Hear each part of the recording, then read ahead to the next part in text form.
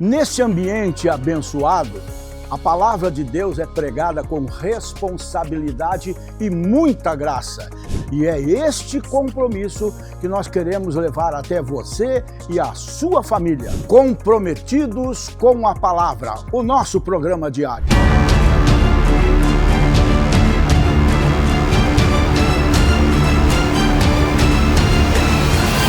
Capítulo 4 de Malaquias, nós vamos ler praticamente as últimas palavras do Velho Testamento, antes que viesse um silêncio brutal.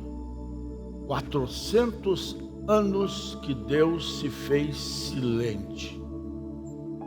Porque, como ele disse através do profeta Sofonias, eu cansei de falar com vocês e vocês não me ouviram.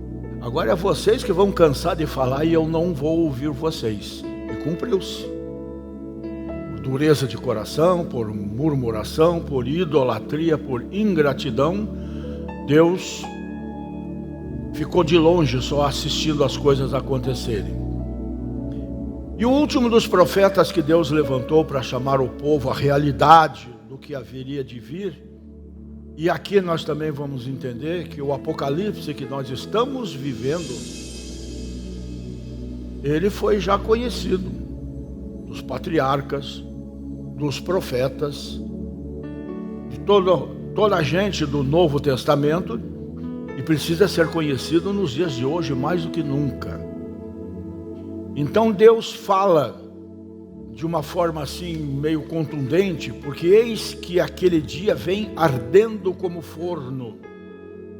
Aqui já estamos vendo as coisas acontecendo no dia de hoje, né? Todos os soberbos, todos os que cometem impiedade, que é o que nós mais vemos no mundo hoje, é a impiedade das autoridades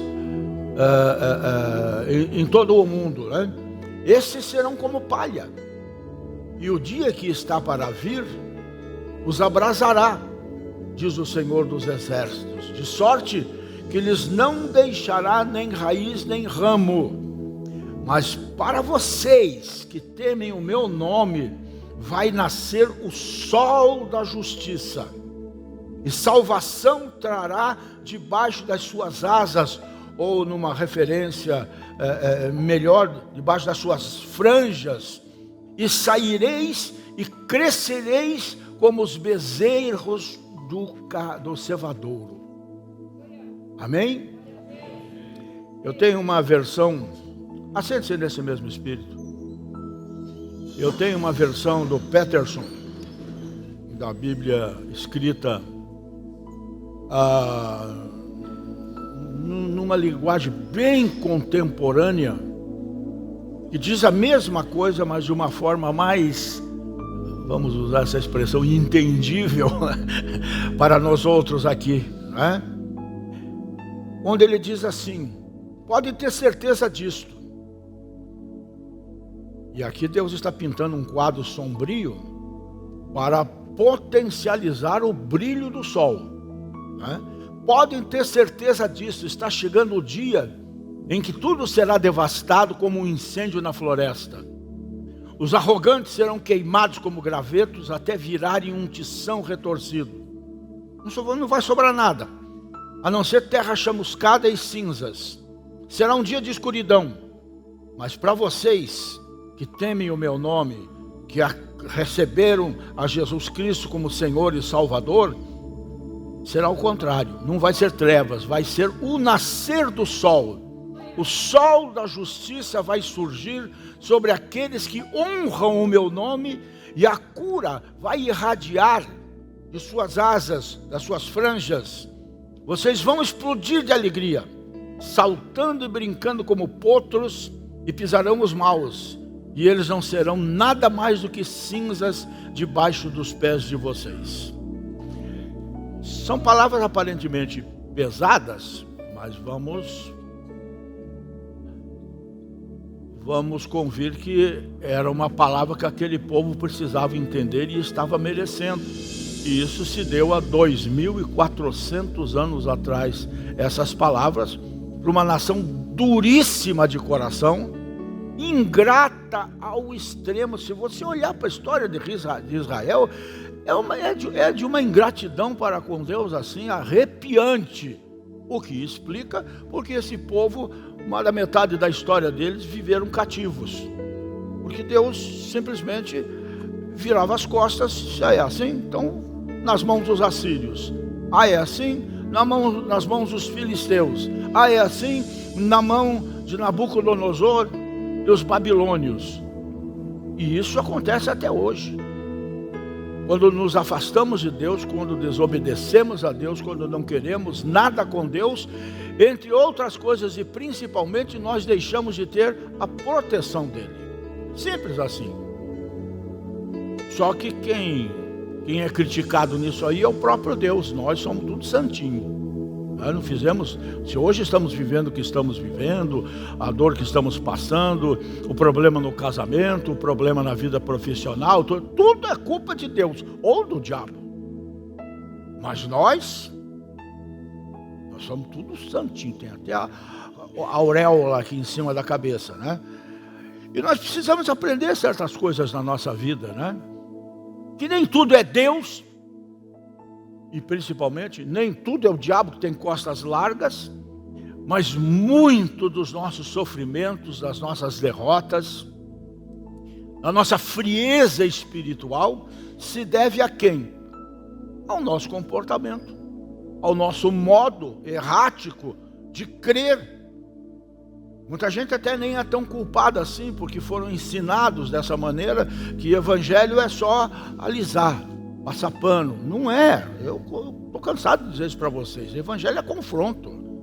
Se a palavra não pegar no teu pé, se a palavra não doer, não é a palavra de Deus. É a palavra de homens que estão interessados não na tua alma, mas no teu dinheiro, ou na tua presença, ou assim por diante. É o meu jeito de pregar, e é assim que eu vejo os profetas, e Paulo, e Pedro, e João pregando também, e o próprio Senhor Jesus, né? Então, gente, Malaquias profetiza, mas para vocês que temem o meu nome, vai nascer o sol da justiça. E quem é o sol da justiça, gente? Quem é o sol da justiça? É o Bastião, de novo? Fala forte, tá com medo de dizer Jesus? Então eu vou ensaiar com vocês, vou ser o maestro aqui. 1, 2, 3. Jesus. Sou um bom maestro. Esse nome tem poder. Você já percebeu que a sociedade, artistas e políticos e tudo mais, eles falam em Deus, mas eles não têm coragem de dizer esse nome, porque esse nome é sobre todos os nomes. Jesus, o Cristo de Deus. É difícil dizer esse nome.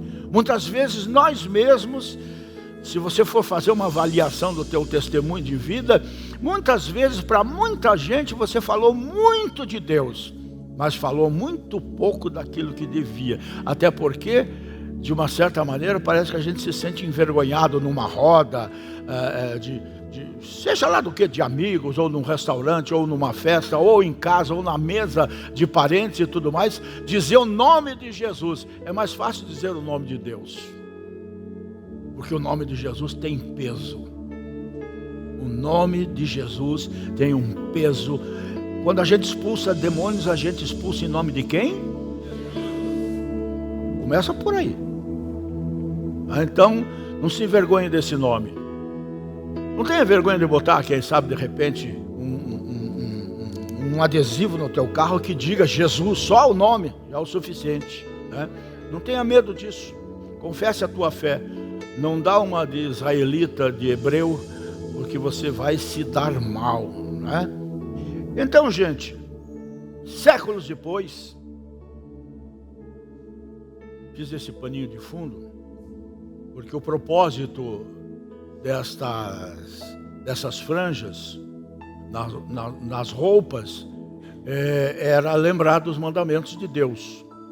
Eram pingentes, amarrados por um fio azul, né?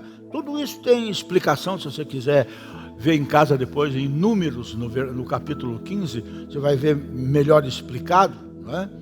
E eles tinham nas 4 pontas das suas vestes essa forma que Deus ordenou que eles fizessem, para eles estarem sempre lembrando dos mandamentos de Deus, né? Aí isso nos remete para esses dias. Um dos pastores que pregou aqui, nós temos excelentes pastores pregando na igreja nessa nossa cruzada aqui, né? Tem sido mas muitos cultos aí que a gente já não tinha faz tempo, desde a pandemia, né? Teve cultos aí que a gente teve que fechar o portão do estacionamento, outros aí tivemos que botar cadeiras e tudo mais, e graças a Deus por isso, né? Mas algum deles tocou nesse assunto e me despertou lembranças antigas de mensagens passadas. E eu me lembrei lá de Marcos, no capítulo 5, da mulher hemorrágica. Quem é que já não ouviu falar da mulher hemorrágica? A mulher que tinha um fluxo de sangue, uma descompensação qualquer de mulher, que fazia que ela sangrasse sempre. Sempre. E isso impedia, segundo o que era estabelecido, a mulher no seu período de menstruação, ela não podia entrar no templo, ela tinha que se ficar afastada, né? Sempre a mulher, né? E essa mulher, então, ela parecia que tinha esse processo contínuo na sua vida por algum motivo, e por 12 anos, a Bíblia diz que ela tentou de todas as maneiras sanar esse problema na sua vida.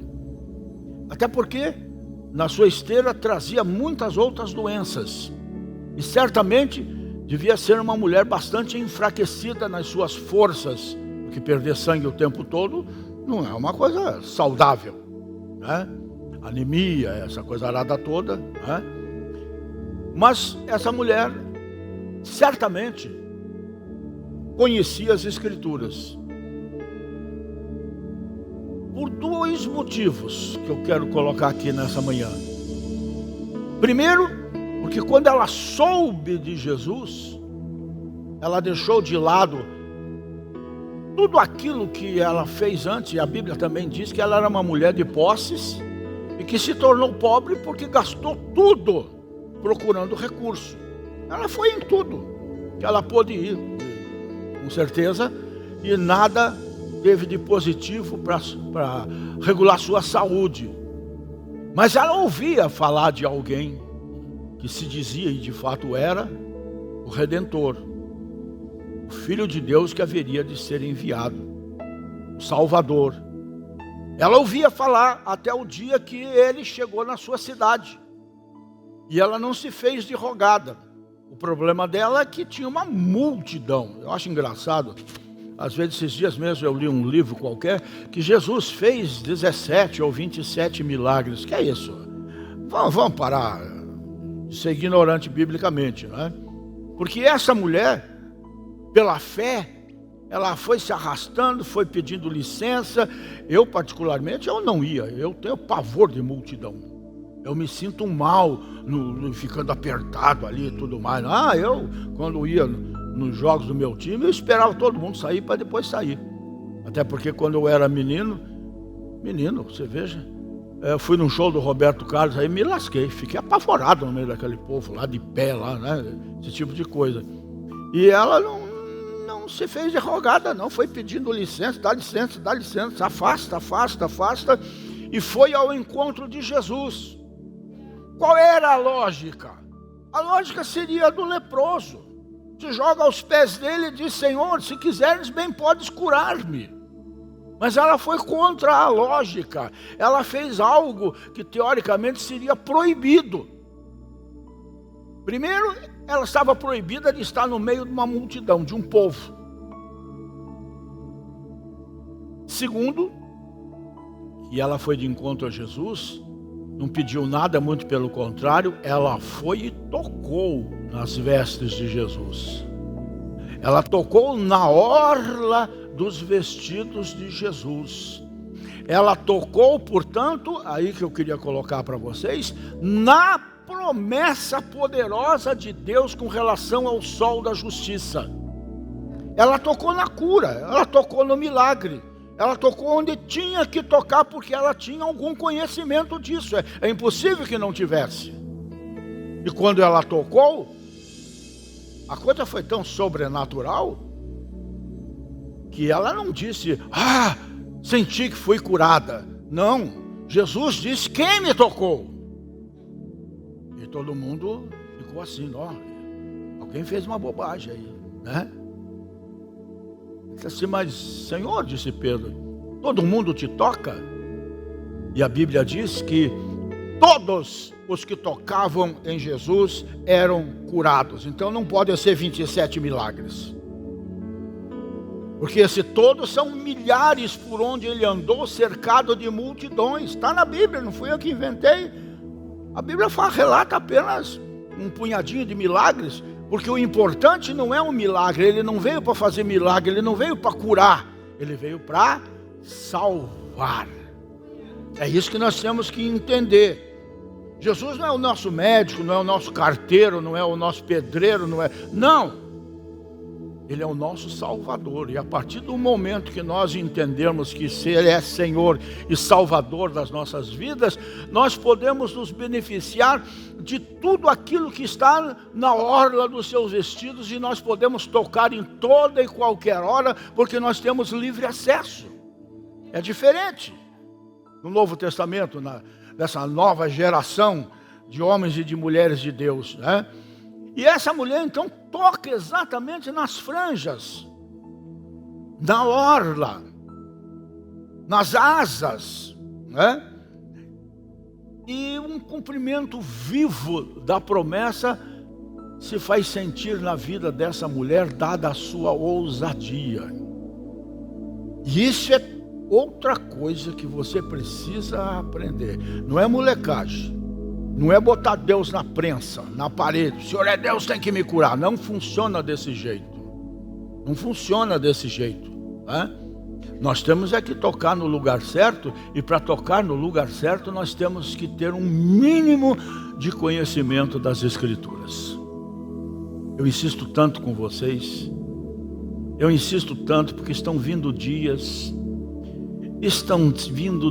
dos mais perversos. É isso que nós acabamos de ler aqui.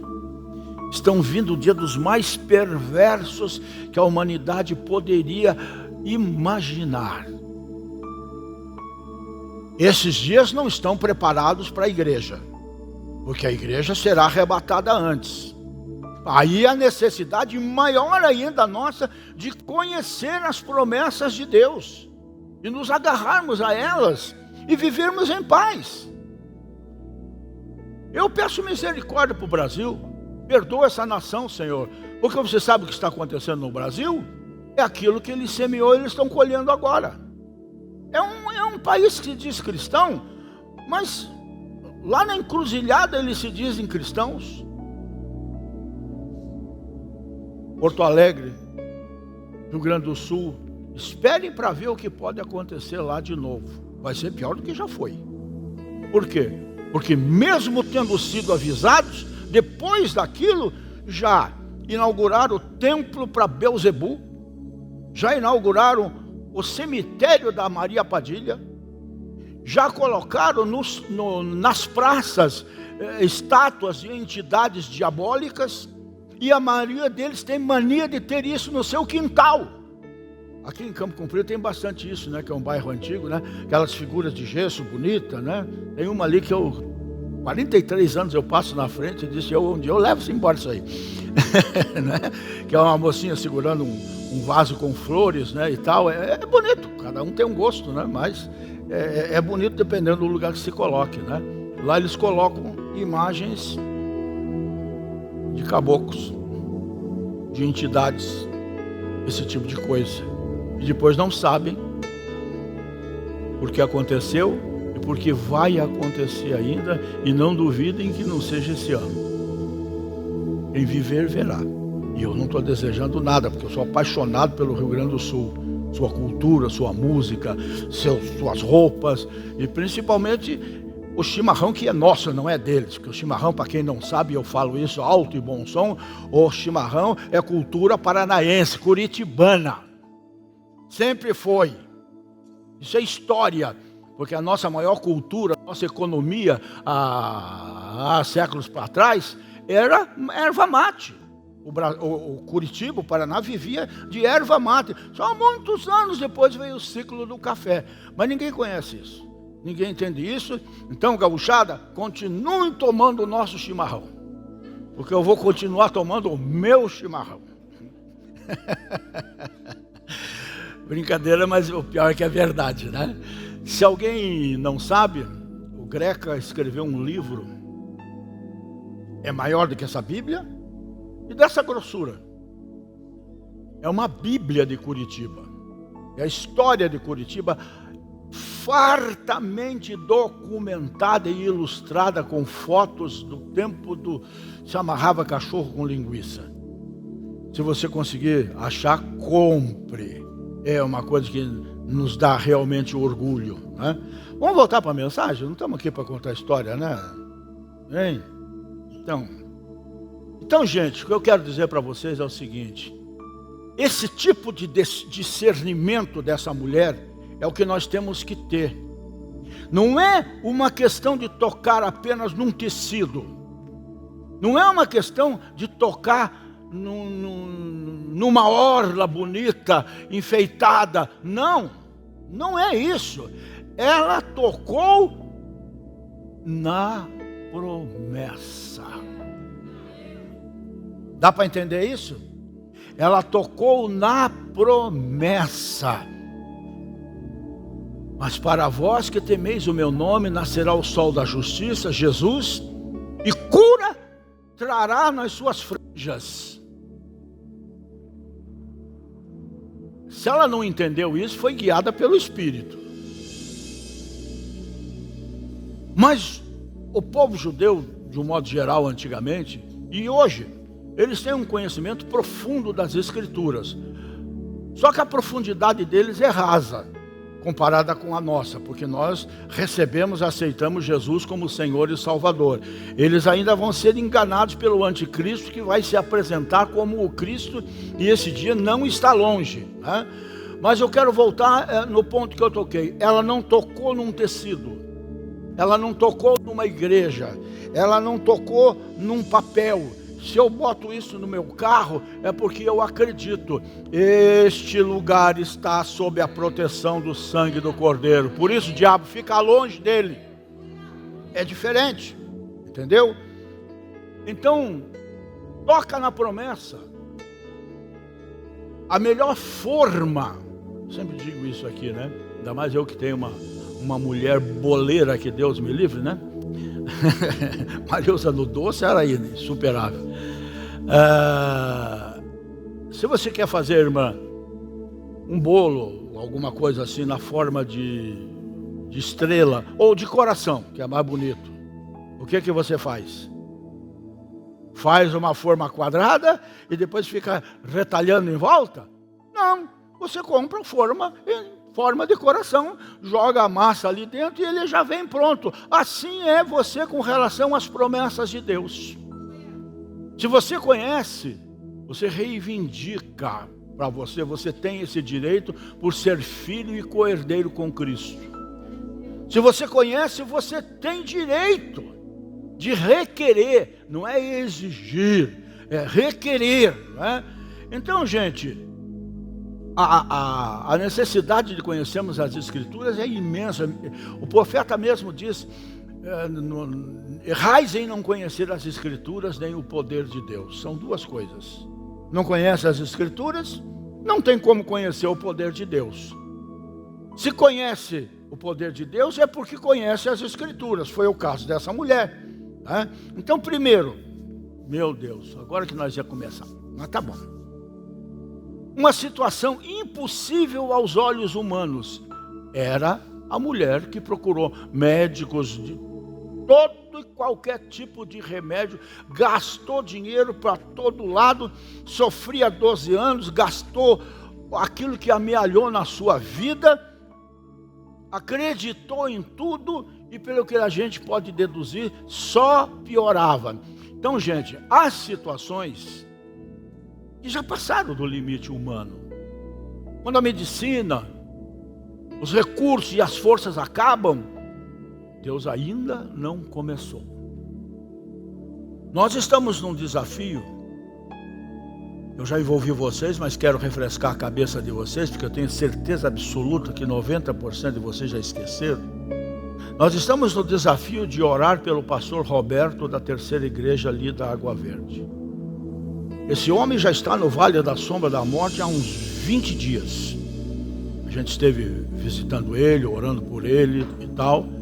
E eu tenho acompanhado o que a sua esposa tem nos informado a respeito da sua evolução e às vezes involução.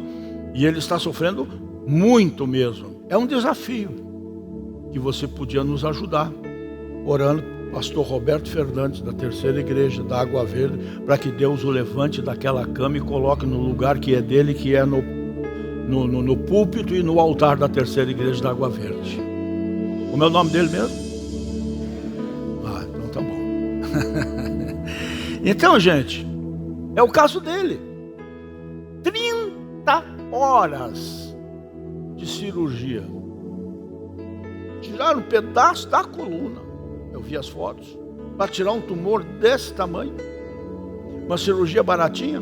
750 mil. Para vocês terem uma ideia. Tudo passando dos limites humanos.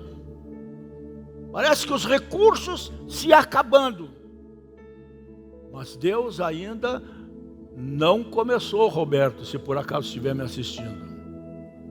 Deus não começou na vida de você ainda, que está enfrentando esse tipo de situação, e já se passaram, como no caso da mulher, 12 anos e nada. Deus ainda não começou, porque se ele tivesse começado, isso já tinha terminado. Por que será que ele não começou? Ele é esquecido? Ele é meio como eu ando aí, meio, né? Um cotô, um coçô, né? Não, Deus está atento a tudo. Ele já está esperando que a gente faça como esta mulher. Coragem, acreditar, entrar nos santos dos santos com ousadia, porque hoje nós podemos. Jesus rendeu o seu espírito e o véu do templo se rasgou de cima a baixo, e hoje, conforme está escrito em Hebreus, só é necessário ousadia para entrar nesse lugar pela fé. Ousadia significa conhecimento. Ninguém é doido de se jogar numa fornalha acesa, porque sabe que vai virar churrasquinho. Mas se, como aqueles 3 irmãos nossos lá na Babilônia, estiverem debaixo da proteção de Deus, podem entrar aqui, não vai acontecer nada, nem cheiro de fumaça ficou nos rapazes, porque Deus estava com eles naquela fornalha. A mulher sofria todo esse tempo, que Deus ainda não tinha começado. Deus começou quando ela tocou na promessa. Na promessa. Você já declarou algum dia: eu acho que isso não tem mais jeito.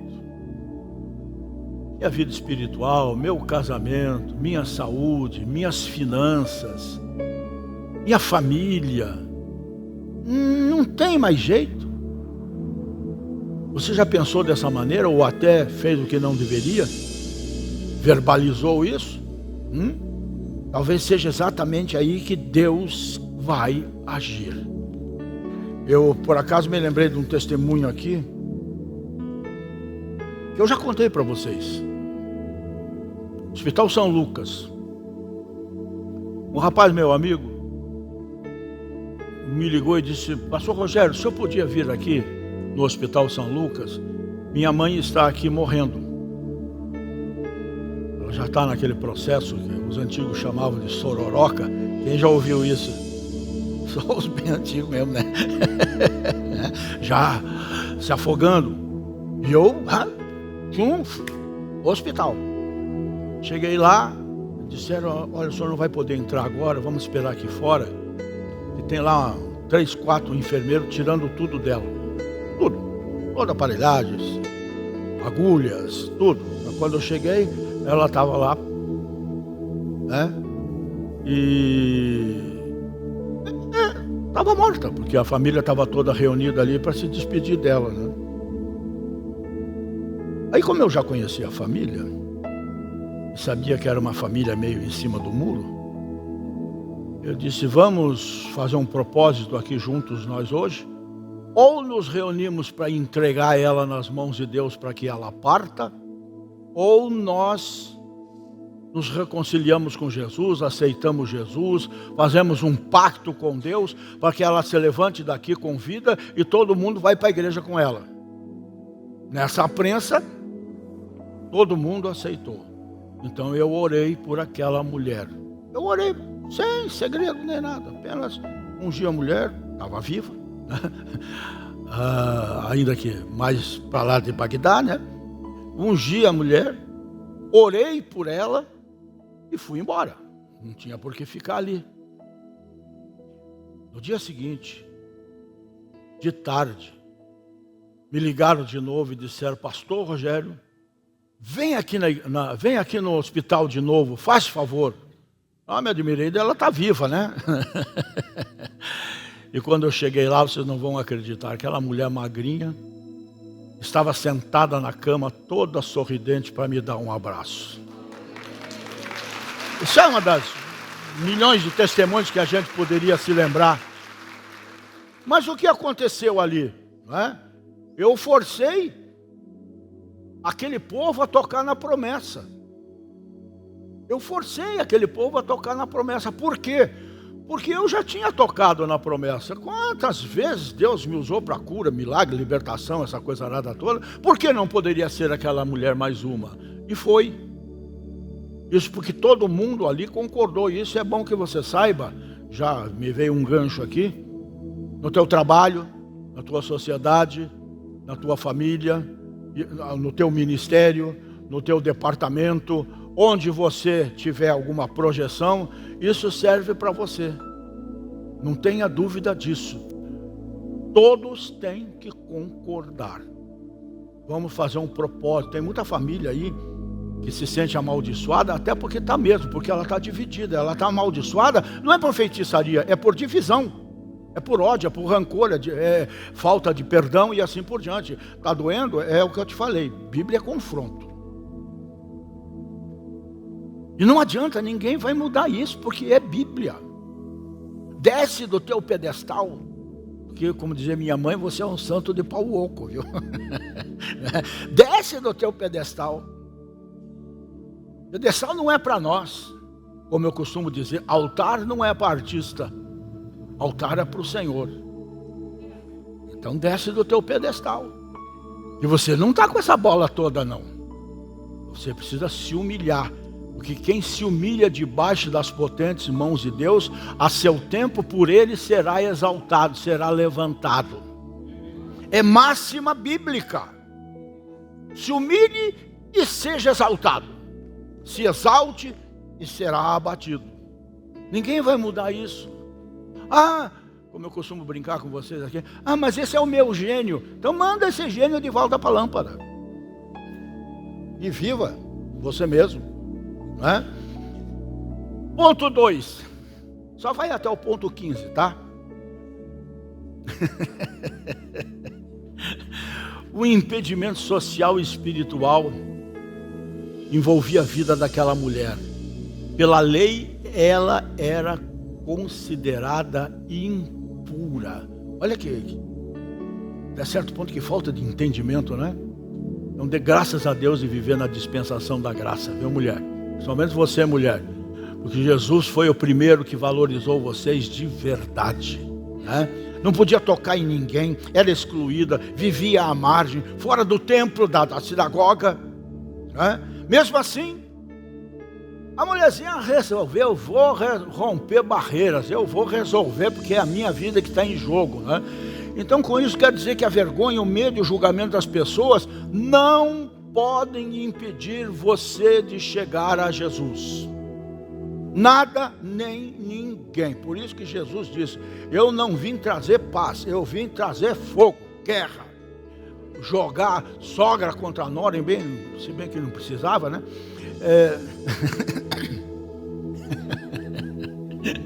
Maldade.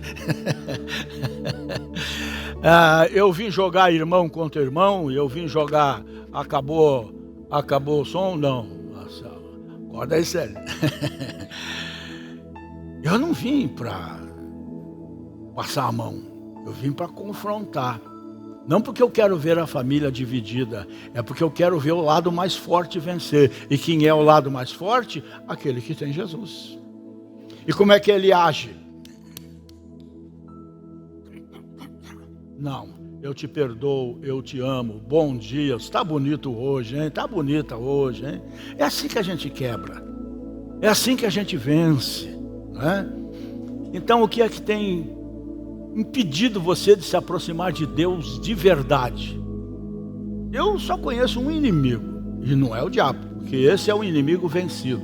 Somos nós mesmos, né? São as opiniões dos outros, são culpas, é o passado muitas vezes. Mas como disse Jesus, as coisas velhas já se passaram, né? Ponto 3, uma fé que se move não apenas pensa, ela disse, se eu, olha a condicional, né? Se eu, não é se o pastor, não é se o meu marido, não é se a minha esposa, o meu pai, ou minha mãe, o governador, quem quer que seja. Ela disse, se eu tenho que tomar atitude, eu tenho que começar tudo, eu tenho que abraçar a minha vitória. Se eu apenas tocar, significa que não foi uma fé passiva, que fica esperando a morte chegar, né? Não é assim. Não é assim que funciona. Foi fé com atitude, confiança nas promessas. Ela foi até ele. É isso que as pessoas têm que entender. Eu não frequento igreja, só tem gente ruim. Pode vir, que tem lugar para mais um.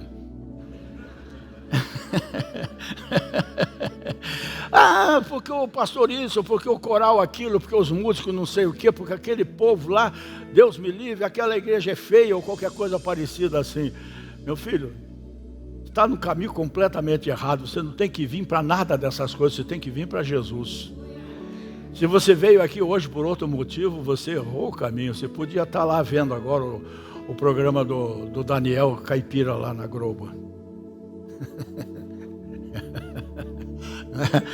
Então, gente, foi fé com atitude.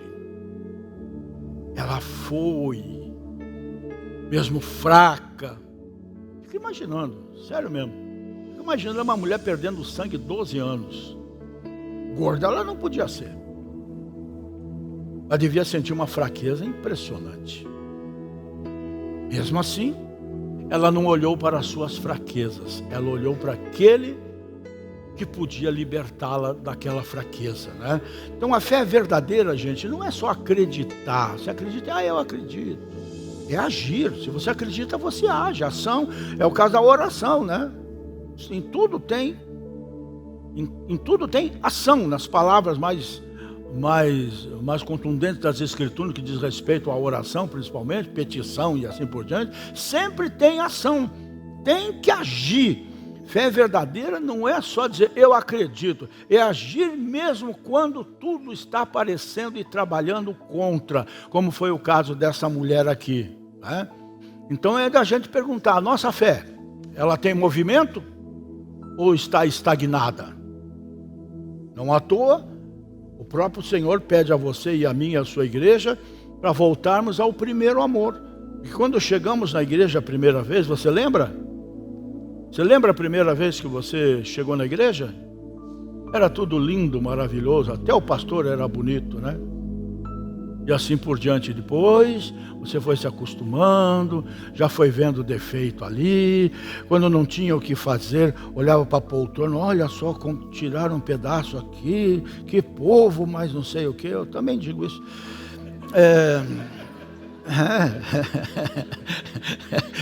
Parece que está afiando as garras no encosto da poltrona. Estou vendo uma lá, ou então comeram, estavam com fome, né?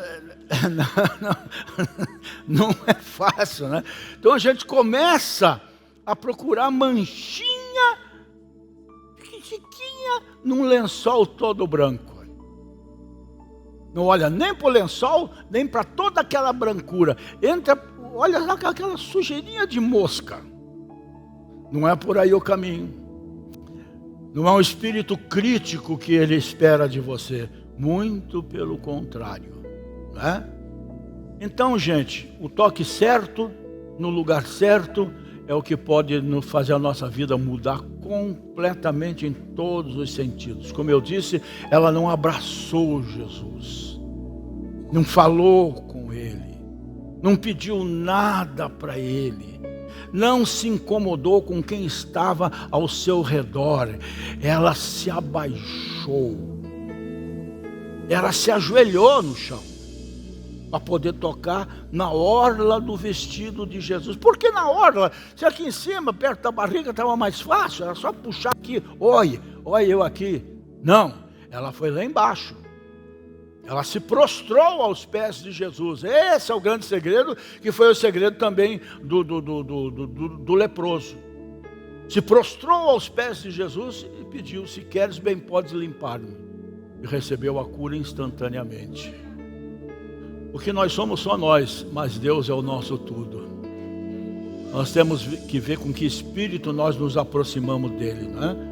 Então ela tocou nas franjas, o lugar profético da cura, e imediatamente a Bíblia diz que ela sentiu, que quem é curado normalmente sente.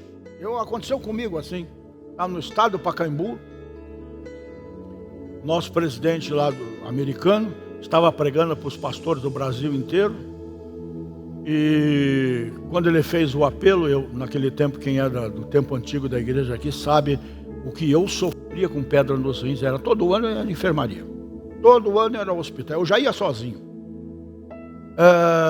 E naquele dia, quando ele disse: quem acredita que Jesus pode lhe curar, mesmo você sendo pastor aí, não sei o que, coisa e tal, não sei o que, venha para o final. Me desabalei lá de cima e fui lá para baixo.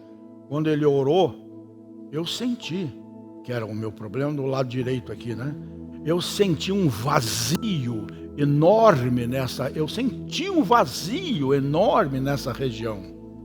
E já faz 35 anos que nunca mais eu tive nada nos rins, para a glória de Deus. Então, gente, quando você toca em Jesus com fé, não tem como dar errado. Nós podíamos citar tantos outros exemplos, mas não vamos lá. O poder dele responde imediatamente na nossa necessidade quando nós fazemos isso, não de cabeça, mas de espírito, de coração, né? E finalmente Jesus sente, como já acentuei aqui, quando alguém toca nele por fé. Ele sente isso. Que Jesus mesmo diz: quem me tocou? Todo mundo te toca. Não, alguém especial me tocou aqui. Eu senti em mim que foi tirado de mim virtude. O que Jesus quer é isso, através da oração, da fé, da simplicidade. Ele quer sentir que você está arrancando dele, estou forçando a barra agora, arrancando dele a bênção, tirando dele a cura, tirando dele o milagre, tirando dele a solução, com a ferramenta mais poderosa que nós podemos ter, a fé viva em Jesus, que traz a realidade às coisas que não existem. Então não desista. Quem me tocou?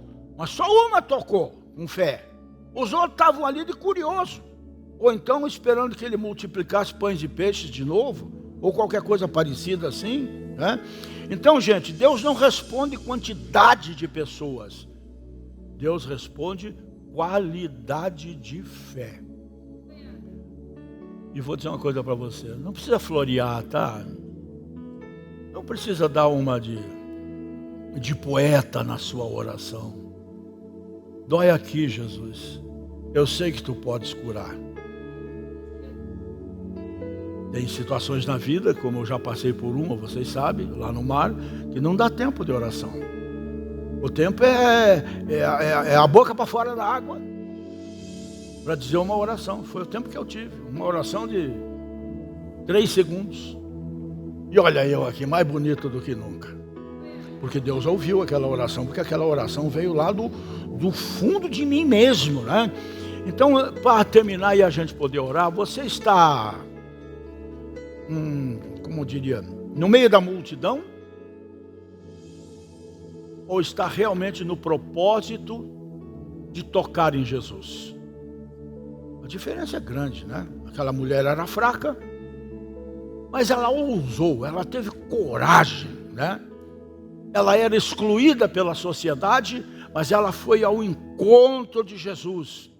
Ela era desacreditada por todos, por 12 anos, mas mesmo no descrédito dos outros, ela creu. E quando ela tocou, não tinha como não dar certo, gente. Não tinha como não dar certo, porque a promessa de Malaquias estava se cumprindo, cura nas franjas do sol da justiça.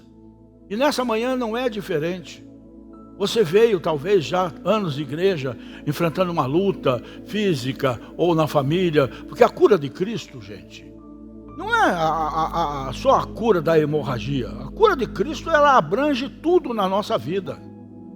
Corpo, alma e espírito, família, situação financeira, doenças, todas elas, qualquer uma. A cura de Cristo é ampla, geral e irrestrita, não é? E hoje eu queria dizer para você que Jesus está passando aqui mais uma vez. Talvez você esteja cansado, talvez você esteja ferido, talvez você esteja desacreditado, carregando alguma coisa há anos na sua vida, desanimado com tudo que você vê de política nesse país e no mundo, que não dá para a gente acreditar no dia de amanhã, a não ser que o dia de amanhã vai ser muito pior, e vai ser, mas não para aqueles que confiam em Deus. E aí é uma questão de fé, é a gente direcionar a oração. Porque eu estava lendo nas Escrituras ontem à noite, que por algumas vezes Deus impediu os profetas de continuarem orando por certas autoridades. Então, larguei os bete. Deixa que Ele cuide, porque nada está acontecendo que não seja da vontade permissiva de Deus para ensinar a maior lição que o homem precisa aprender, que sem Jesus ele está perdido. Amém, gente? Então, talvez você está aqui hoje, mas existe uma solução que muda tudo. Tocar em Jesus com fé. E não é sobre força, mas é sobre direção. Aonde tocar? Aonde tocar? Volto a repetir. Ela podia, atrevidamente, já que ela chegou até ali, ter botado a mão no peito de Jesus, ter puxado o cordão do lado, ter catado as vestes deles mais na altura dela. Não, mas ela foi lá embaixo. E lá de baixo ela levantou curada, porque instantaneamente ela foi curada. Amém? Amém, gente? Você pode crer que a palavra de Deus é assim, ou eu estou inventando? Então se coloque de pé na presença de Deus. Você acabou de participar de mais uma edição do seu programa Comprometidos com a Palavra. Querendo Deus, a gente volta. Agora, um grande abraço do pastor Rogério Amorim, um bom dia mesmo e viva Cristo!